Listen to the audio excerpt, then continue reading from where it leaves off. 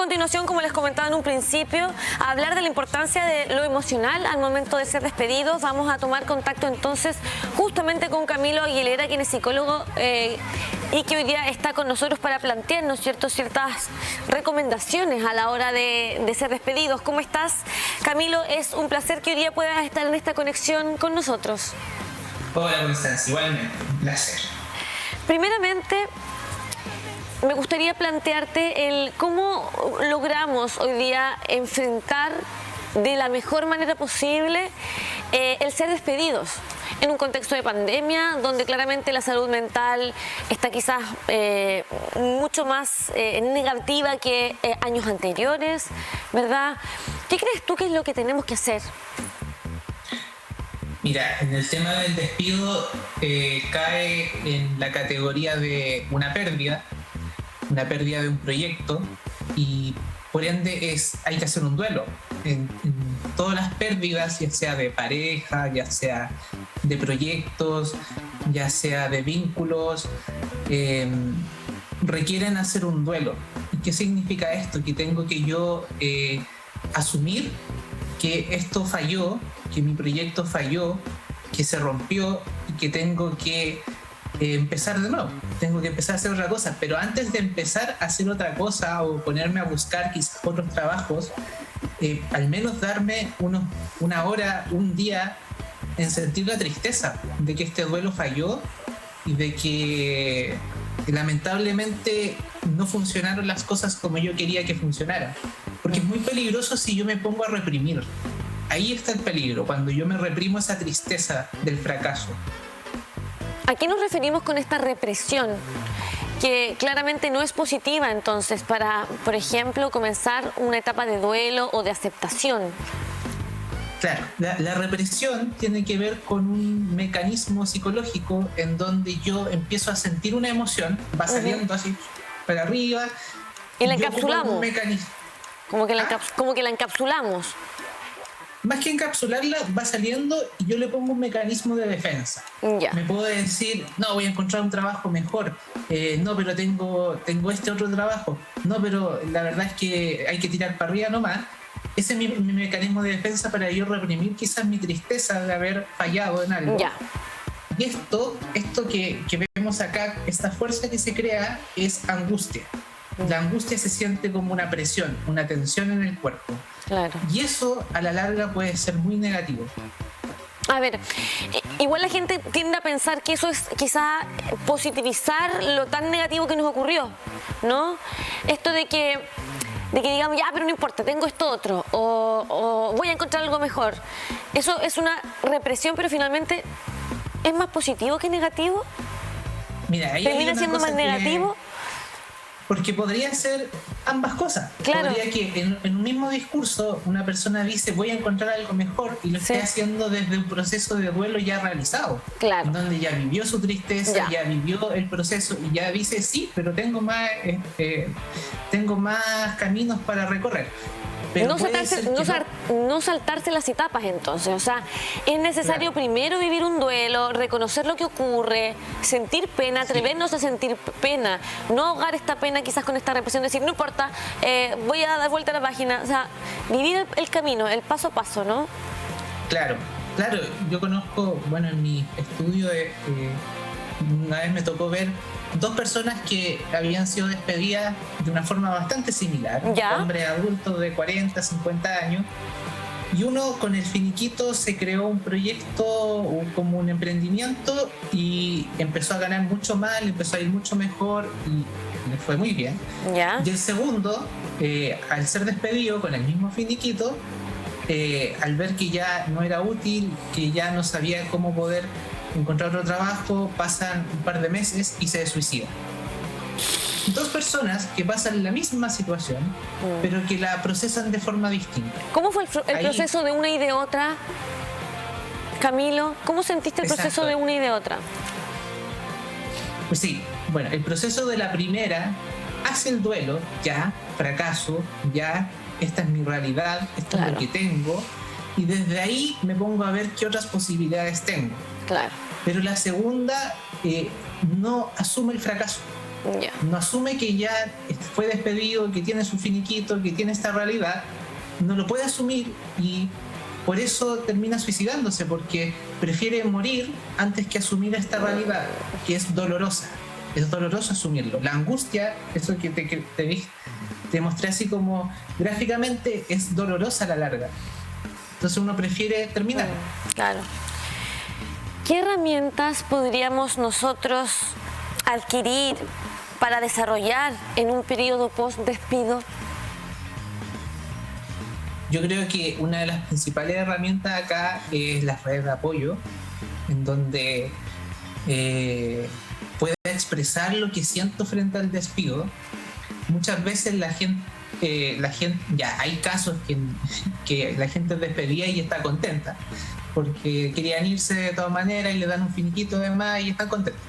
Pero ya hay gran cantidad de casos que viven desde el miedo de perder el trabajo, de no encontrar otro trabajo, de mantener a la familia, de ver sus proyectos personales o su propia como persona como pasada a llevar.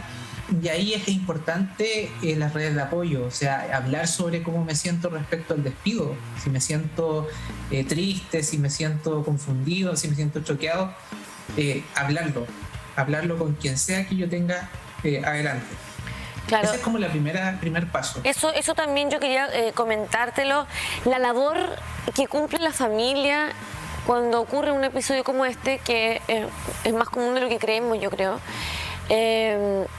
¿Cómo debería comportarse la familia? ¿De qué manera hacer una red de apoyo y no todo lo contrario? Hablemos de familias ya mayores de 17 años, porque claramente no podemos pedirles no podemos pedir que cumplan un rol activo niños, más sí personas ya con raciocinio, digamos. Sí, si un miembro de la familia es despedido, yo creo que lo que no hay que hacer por un lado es como poner más alarmas, ¿y qué vaya a hacer? ¿Y qué va a pasar ahora? ¿Y cómo lo vamos a hacer por las deudas? Ya esas cosas ya la pensó la persona y quizás las ha pensado durante meses antes de ser despedido. Entonces es como echarle más leña al fuego en chileno. Y yo creo que el primer paso es como abordarlo desde el chuta, te despidieron, ¿cómo estás ahora? ¿Cómo te sientes? ¿Tienes miedo? ¿O te da pena? Como tratar de ir explorando un poco las emociones que naturalmente salen frente a un fracaso, que son el miedo, la tristeza o la ira.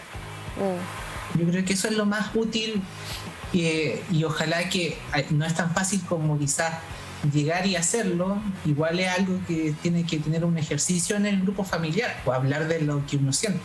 Claro. Me gustaría pasar al tema también de la sexualidad hoy día. Hablábamos también de los profesores con el abogado. Se ha visto casos de profesores indemnizados incluso por no poder ejercer su labor de profesores al ser homosexuales. ¿De qué manera poder también trabajar eso? La poca aceptación que hay hoy día como sociedad, el ser tratados de manera distinta o incluso el no poder ejercer su labor como profesor por tener una condición sexual distinta.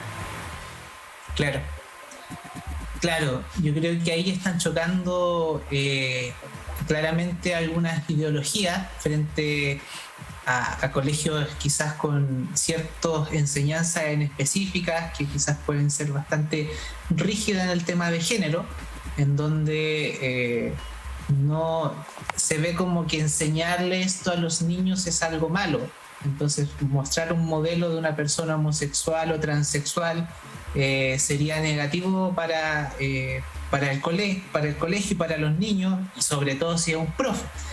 Como que de ahí nace un poco ese prejuicio. Y la verdad es que yo creo que es una cosa que hay que trabajarla con los colegios, hay que trabajarla con los papás, sobre todo de esos niños, porque muchas veces son los papás que ponen muchas como quejas sobre esto. Y también